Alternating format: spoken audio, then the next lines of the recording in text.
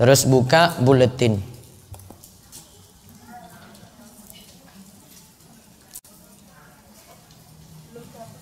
Ada yang belum dapat buletin? Oh, depan. Masih ada buletin, Bu? Masih ada buletin?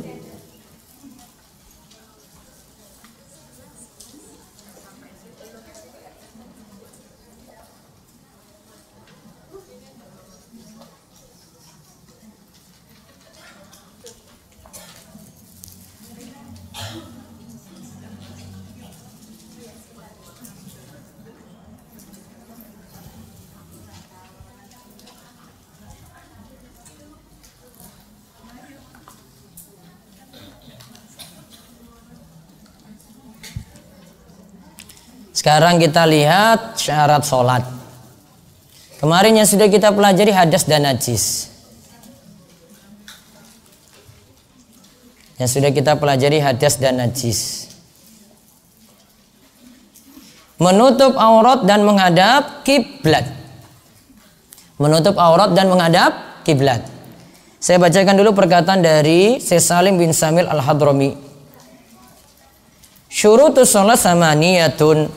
Syarat-syarat sholat itu ada 8. Toharatul hadasain, suci dari 2 hadas, hadas besar dan hadas kecil, sudah kita bahas. 2. At-toharatu anin najasati fi saubi wal badani wal makani, suci dari najis pada pakaian, badan dan tempat. 3. Satrul aurah, satrul aurah, menutup aurat. 4. Istiqbalul kiblah, menghadap kiblat. Nah, kita sampai ke 4 sekarang. Sekarang lihat di halaman berikutnya. Sekarang catatan ke-7. Menutup aurat. Secara bahasa, aurat berasal dari kata al-awar, artinya kurang, aib atau sesuatu yang jelek. Dinamakan aurat karena jelek jika terlihat dan diperintahkan untuk menundukkan pandangan terhadapnya. Bu, berarti kalau orang buka aurat berarti dia menampakkan suatu yang kurang, menampakkan aib, menampakkan suatu yang jelek. Tadi ya pengertian aurat tadi apa? Kurang, aib, jelek. Berarti kalau ini ditampakkan alias buka aurat berarti dia menampakkan sesuatu kekurangan, menampakkan suatu yang aib, menampakkan suatu yang jelek.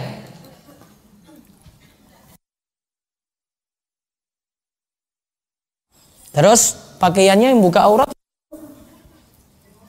diapain? Pakaiannya yang buka aurat dipakai di mana, Bu? Hah? Yang you can see itu pakai di rumah. Terus secara syariat aurat adalah segala sesuatu yang wajib ditutup atau diharamkan untuk dilihat. Nanti ada pembahasan aurat rinci, akan disebutkan ini aurat depan mahram gimana, aurat di depan sama wanita bagaimana, aurat di depan suami bagaimana, aurat di depan laki-laki lain bagaimana. Nah, nanti ada rinciannya, tidak dirinci di sini.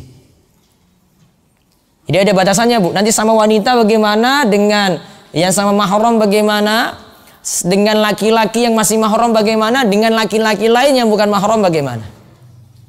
Hal ini berdasarkan firman Allah, ini menutup aurat itu wajib dalam sholat. Gitu diperbaiki dalam menutup aurat wajib dalam sholat. Hal ini berdasarkan firman Allah, ya bani Adam khudhu zinatakum inda kulli masjidin wa kulu washrabu wa la tusrifu innahu la yuhibbul musrifin. Hai anak Adam, pakailah pakaianmu yang indah di setiap memasuki masjid. Makan dan minumlah dan janganlah berlebih-lebihan. Sesungguhnya Allah tidak menyukai orang-orang yang berlebih-lebihan. Ada di situ istilahnya israf ya, Bu, israf. Ada istilah israf. Saya jelaskan dulu walaupun pernah saya singgung. Israf. Israf itu sama dengan berlebih-lebihan. dalam hal mubah.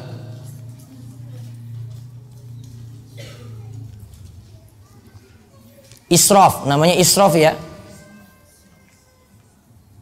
Mirip dengan ini ada istilah tabdzir. Biasa ibu sebut dengan mubadzir. Nah, kalau tabdzir itu memanfaatkan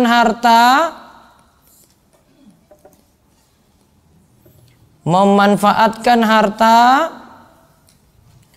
untuk tujuan haram.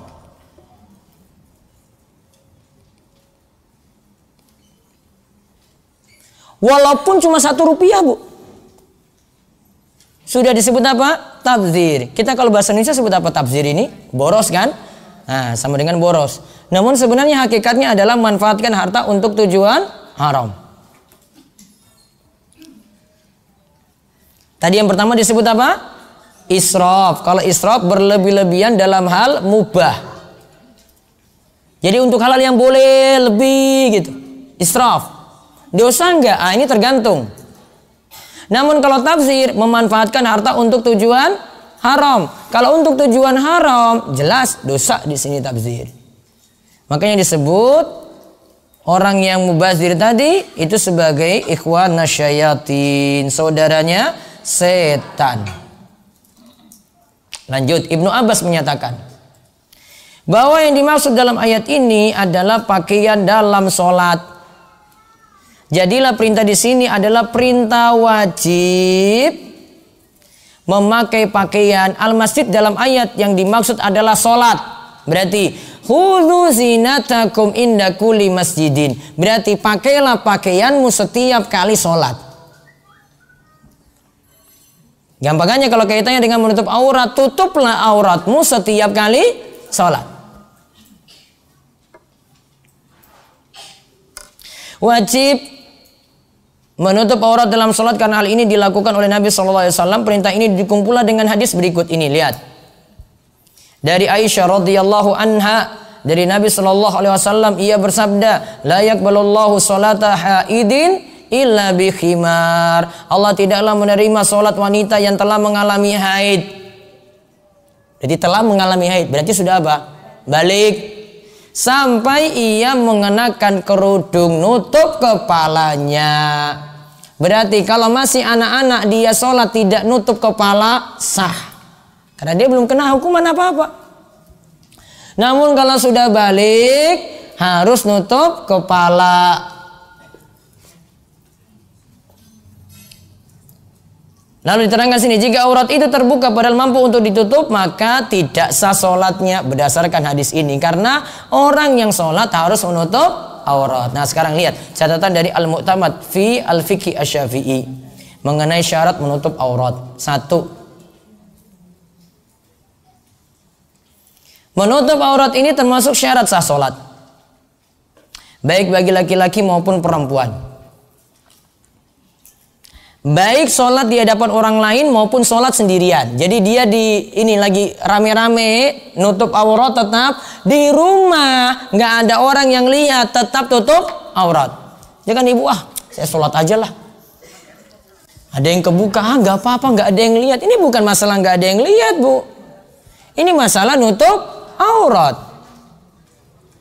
Berlaku juga dalam sholat wajib maupun sholat sunnah. Berlaku juga untuk sholat jenazah maupun tawaf. Tawafnya nutup aurat. Biasanya kalau kesalahan jamaah Indonesia, kalau tawaf itu harusnya dia pakai pakaian sama seperti sholat, Bu. Jadi kalau saya sarankan ke jamaah itu, kalau bisa nggak pakai celana. Karena kalau celana kan nggak bisa dipakai sholat kan, Bu. Maka ganti seperti pakai ruku mungkena yang jenengan pakai saat sholat. Nah itu pakai itu ketika tawaf keliling Ka'bah. Sama pakaiannya, sama-sama nutup aurat. Rata-rata jamaah Indonesia nggak paham ini itu. Mungkin dari pembimbing dan yang lainnya aturannya mungkin nggak jelas di sini. Terus termasuk pula ketika melakukan sujud tilawah. Sujud tilawah kapan dilakukan, Bu? Nah baca ayat saja dia lagi baca Al-Quran nih. Nah maka baca Al-Qurannya baiknya dia tutup aurat. Mau sujud tilawah, nutup aurat. Atau dia misalnya baca Al-Qur'annya itu auratnya misalnya dia tidak pakai jilbab. Nah, saat mau sujud tilawah pakai jilbab dulu baru dia sujud tilawah. Itu maksudnya. Sama juga ketika melakukan sujud syukur. Sujud syukur kapan dilakukan? Saat bersyukur, saat mendapatkan nikmat besar. Kalau nikmatnya kecil-kecil saja, enggak Bu. Nikmatnya berulang, istimror, tiap hari ada, enggak juga sujud syukur. Maka kurang tepat di sebagian jamaah itu kalau bar sholat, habis sholat, alhamdulillah saya sudah sholat zuhur, alhamdulillah nikmat sekali. Allahu Akbar, sujud syukur. Asar juga, alhamdulillah dapat hidayah sholat asar. Itu berulang tiap hari kok wajib. Nikmatnya yang istimror, yang berulang terus tuh enggak. Nikmatnya itu jarang-jarang ibu dapat nikmat besar.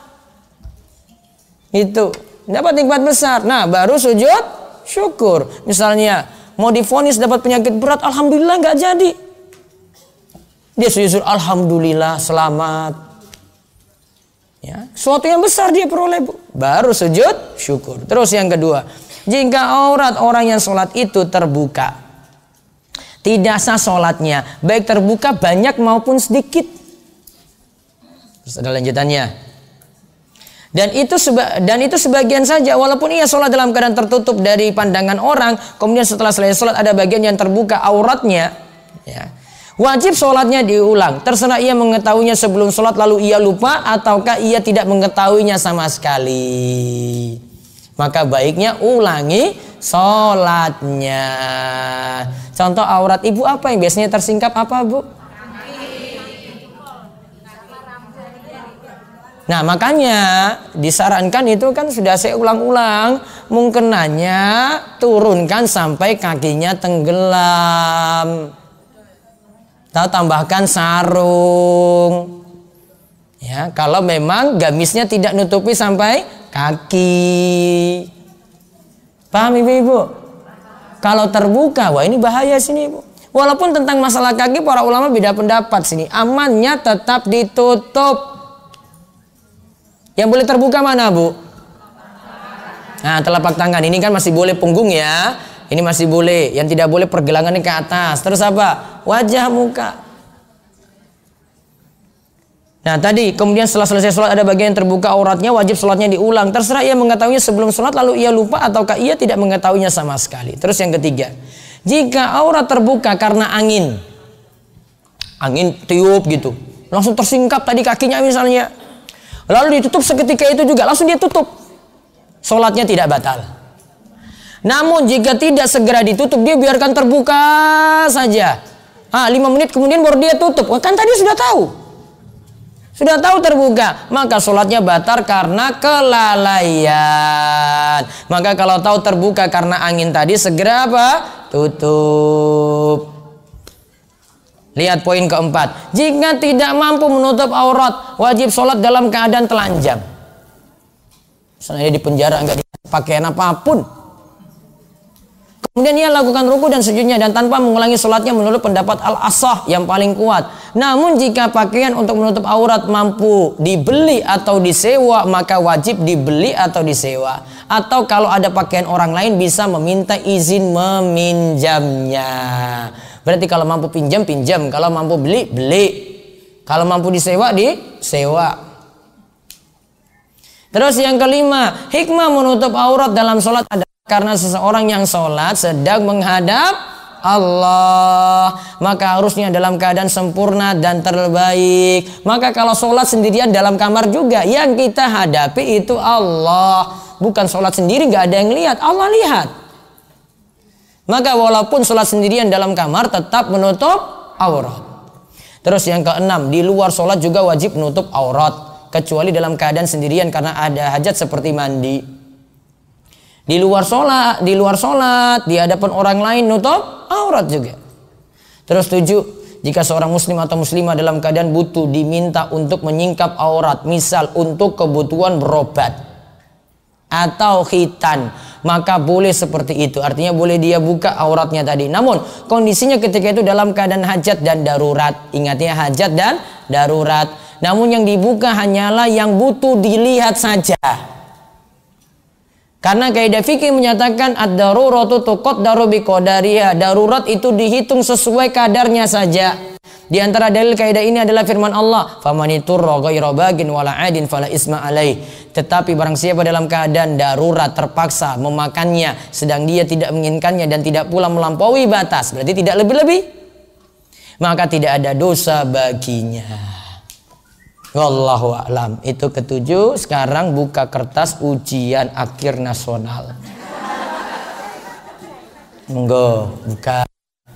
Mau berapa soal? Soal Bu? 10 apa 20? Mau berapa soal?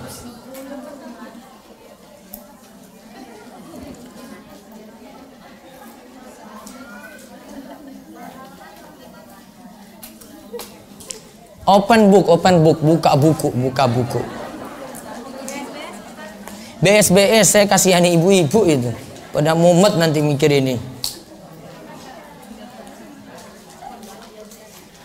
Nomor 1.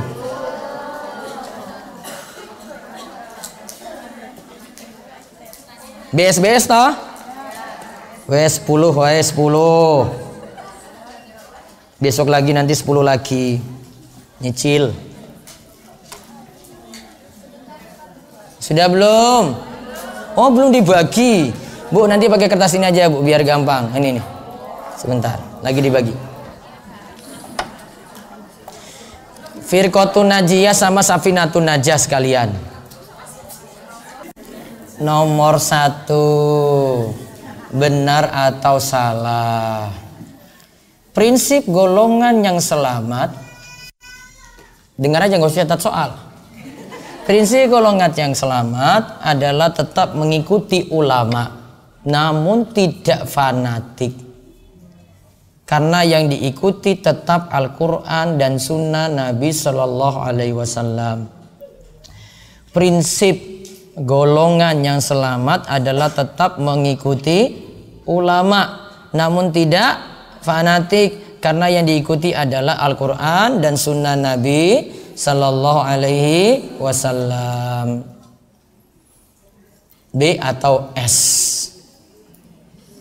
2, gak usah ngomong-ngomong Bu. 2. Firqatun najiyah selalu mengingatkan syirik dan mengingatkan bid'ah. Firqatun najiyah selalu mengingatkan syirik dan mengingatkan bid'ah.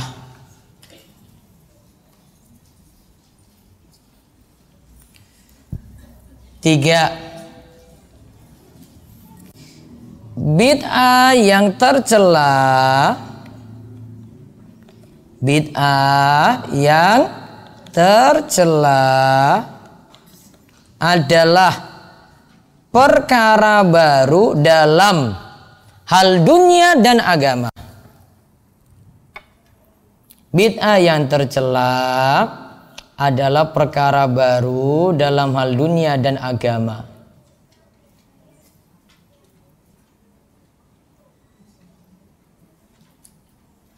4. 3 sudah? Udah. Awas itu satu baris jawabannya sama semua.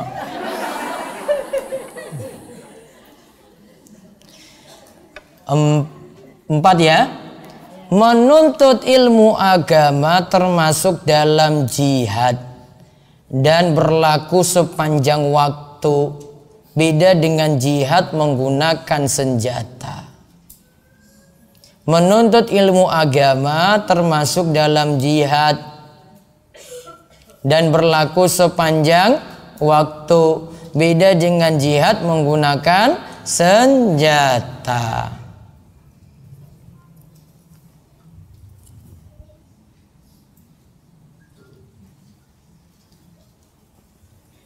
Sudah? Enggak buka buku tak, Bu? Pasrah aja pada Allah, tawakal. Tawakal orang belajar. Masuk perang gak bawa senjata apa-apa. Nah, Nah, sekarang beralih ke fikih. Ya, beralih ke fikih. Sisa 6 soal loh. Nomor 5. Boleh beralih pada tayamum ketika ada air namun dibutuhkan untuk minum.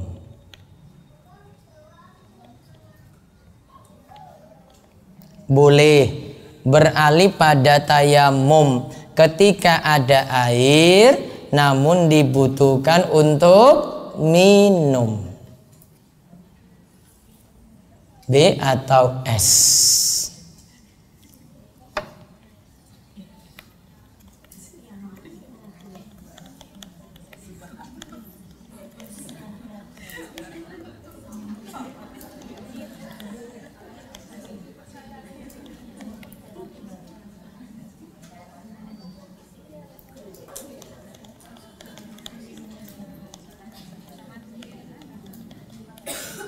Enam.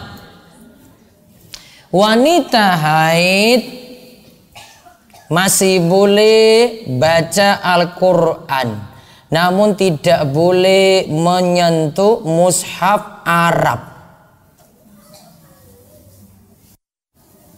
Mushaf Arab berarti Arab saja ya. Ulang. Wanita haid masih boleh baca Al-Quran, namun tidak boleh menyentuh mushaf Arab.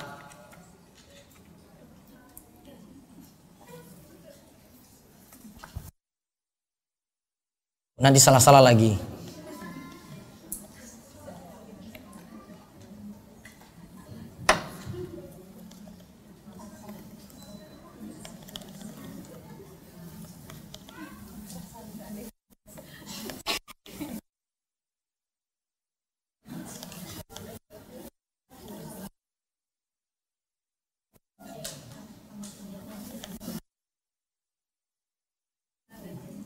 Tujuh. Jika bangun jam 6 pagi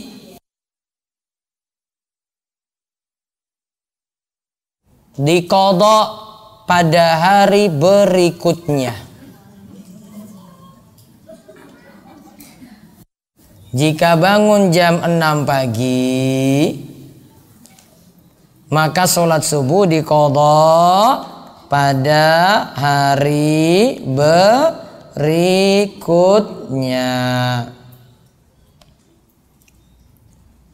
Mikir dulu.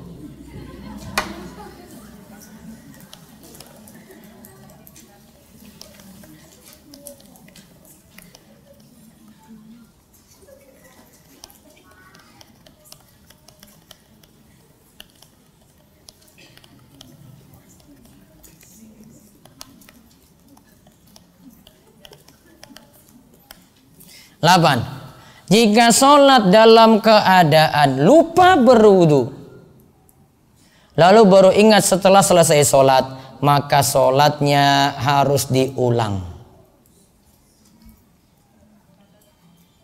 Jika sholat dalam keadaan lupa berwudu,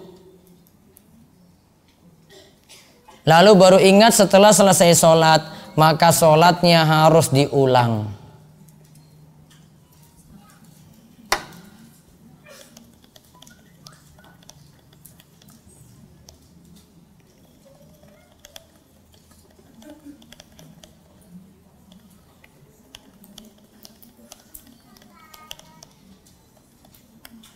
Sembilan. 8 sudah kan? Sudah direnungkan baik-baik? Kalau ibu-ibu salah jawab itu saya senang banget itu. Jahat banget. Kalau berhasil mengelabui itu, yes berhasil. Saya suruh nggak belajar. 9. Setelah sholat baru sadar mungkin ada najis kencing, maka sholatnya tidak perlu diulang. Lupa. Udah saya jelaskan kemarin. Buka. Setelah sholat baru sadar mungkin ada najis apa? kencing, maka sholatnya tidak perlu diulang.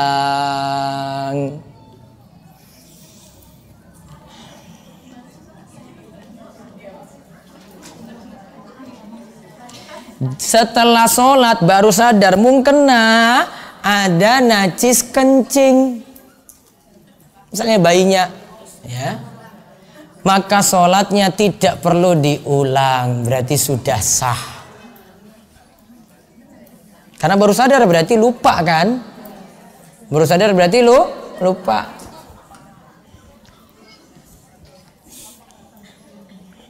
Mikir dulu 9. Biopo iki yo. Jangan hitung ini kancing bajunya, Bu. Jahiliyah itu. Nanti bingung hitung kancing bajunya lagi. BS.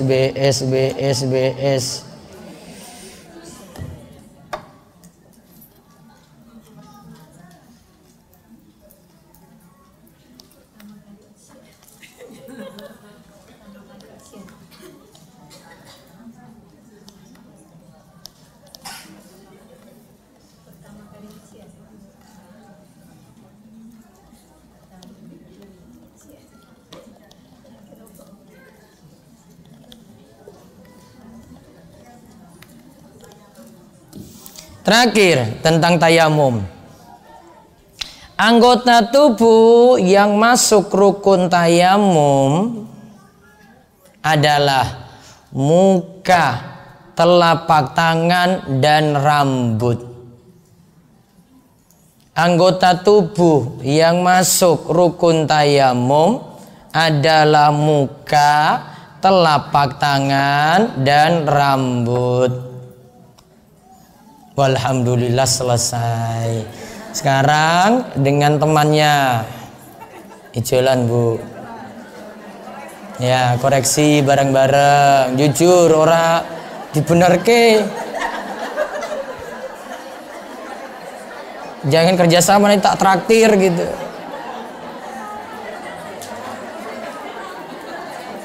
Sudah. Ora sekongkol loh, Bu. Jujur.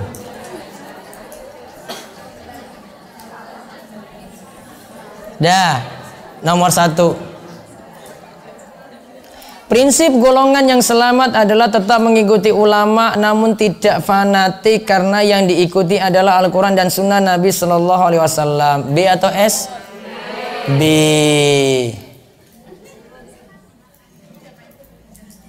Dah, nomor 2. Firqatun Najiyah selalu mengingatkan syirik dan mengingatkan bid'ah. B atau S? B.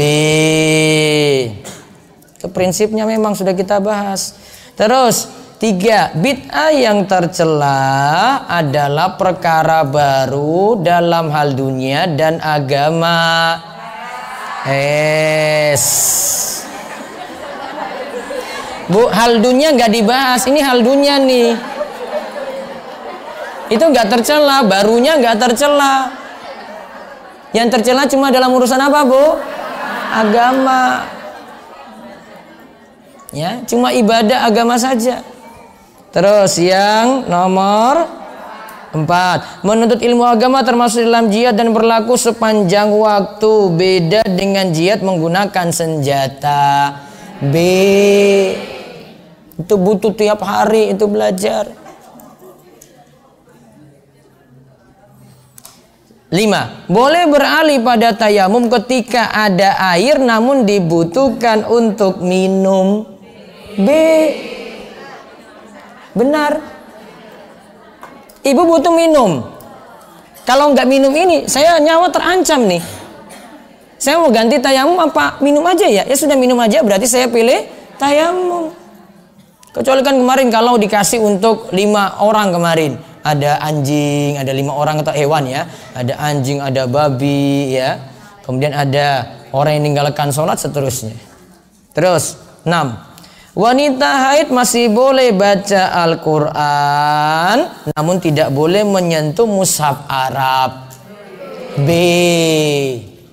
Kalau terjemahan masih boleh, mushaf Arab nggak boleh. 7. Jika bangun jam 6 pagi, maka sholat subuh diqadha pada hari berikutnya.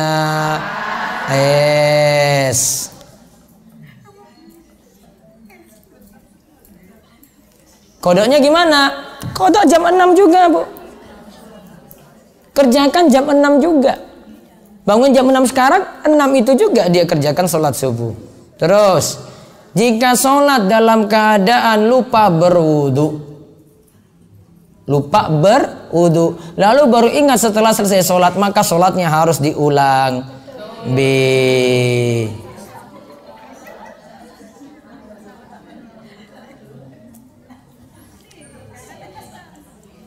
Nomor 9. Setelah sholat baru sadar mungkena ada najis kencing. Berarti lupa ya. Maka sholatnya tidak perlu diulang. B.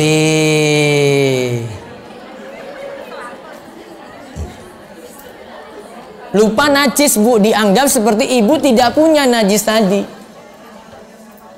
Beda kalau lupa wudhu. Kalau lupa wudhu baru diulang. Ini lupa najis, maka dianggap seperti najis itu tidak ada. Berarti sholatnya sah, tidak perlu diulang. 10 terakhir. Anggota tubuh yang masuk rukun tayamum adalah muka, telapak tangan, dan rambut.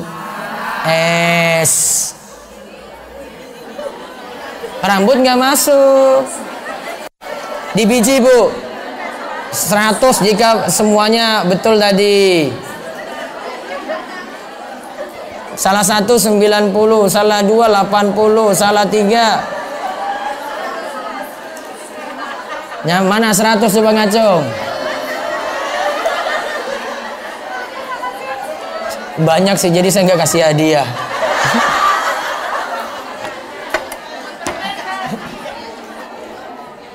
Ada pertanyaan, saya jawab dua dulu.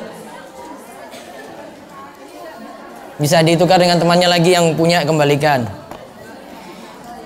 Apakah manfaat thalabul ilmi selain mendapat pahala ilmu dan ketenangan jiwa yang sering tidak tenang-tenang?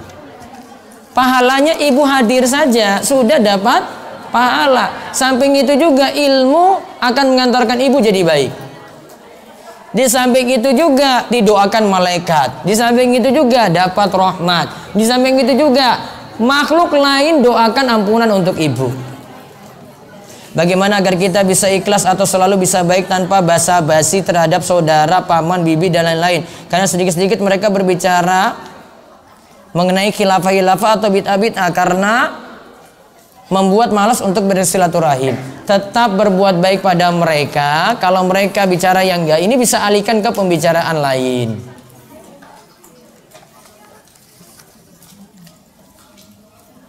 Bekerja di perpajakan hukumnya apa? Tidak boleh. La yadkhulul jannah sahibul maksi. Tidak akan masuk surga pemungut pajak. Kalau kita sholat pakai baju sehari-hari, daster, boleh tidak? Terus pakai mukena. Di rumah ibu kayak gini kok, boleh. Yang penting tadi ya, mukenanya nutup aurat, dasternya, mukenanya baiknya tidak tipis, cari yang tidak transparan. Ya, transparan nggak boleh. Nanti takutnya yang di bagian dalam daster ada yang tidak tertutup aurat. Apa hukumnya membeli motor atau mobil dengan akad murabaha? Apakah sudah bebas riba? Dipastikan dulu belinya itu dari bank yang sudah memiliki barang tersebut atau tidak. Setahu saya sekarang sudah ada perubahan aturan, bank syariah bisa beli barang, beda dengan dulu. Ya, jadi kalau memang terbukti itu miliki barang tadi, maka dia jual dengan akad murabaha, boleh. Murabaha itu kita tahu dia untung berapa. Terus nanti dia naikkan harga karena kan bayarnya nyicil. Boleh seperti itu.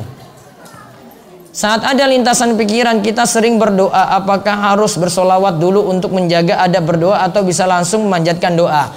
Puji Allah dulu, setelah itu berselawat pada Nabi Sallallahu Alaihi Wasallam. Nah, baru masuk dalam isi doa. Apa boleh sholat dengan memakai gamis, himar panjang dan kaos kaki? Yang penting tadi ya, kakinya tadi tertutupi, tenggelam dengan gamisnya tadi. Jadi kalau gamisnya kurang nutupi sampai kaki, tambah lagi mukena atau sarung. Bagaimana hukumnya kalau sholat menutup kaki dengan kaos kaki? Belum cukup, tambah lagi nutupi dengan menggunakan mukena, ruku atau sarung.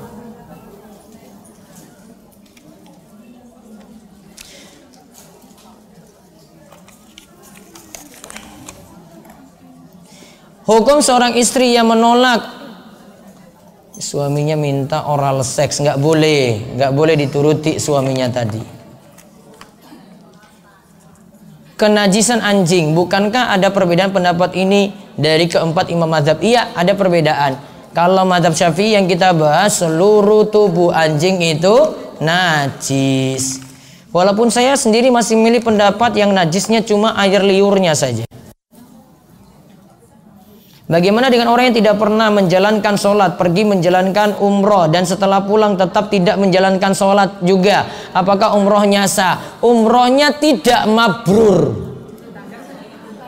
Kalau mau disebut umroh yang mabrur, setelah umroh, setelah haji tambah jadi lebih baik. Berarti sholatnya tambah rajin.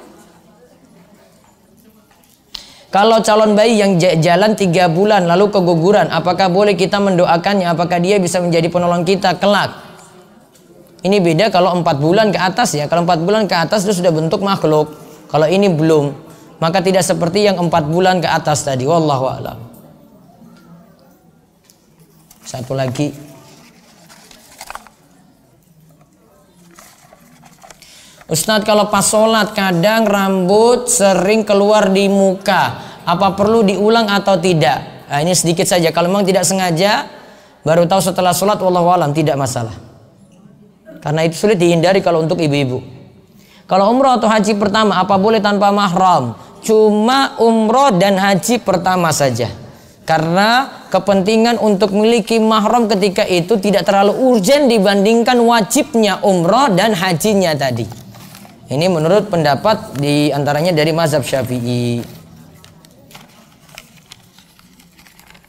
Terakhir, kalau lagi opnam dan diinfus tapi bisa jalan, bisakah tayamum, tidak perlu wudhu ke kamar mandi sekalipun ada air? Kalau memang berat untuk berwudhu boleh ganti tayamum. Kalau lagi opnam dipasang apa ini? Kateter nih apa nih? Apa itu?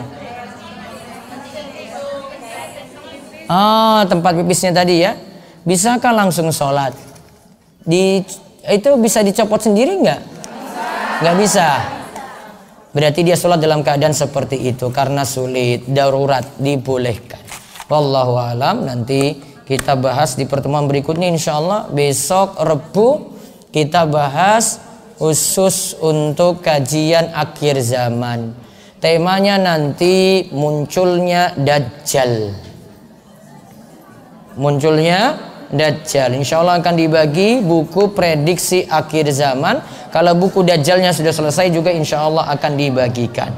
Demikian, mudah-mudahan manfaat dan Allah memberikan kepada kita kebaikan dan yang banyak, dan mudah-mudahan kita senantiasa diberikan keistiqomahan. Jadi Rabu depan sekali lagi tetap ada seperti biasa.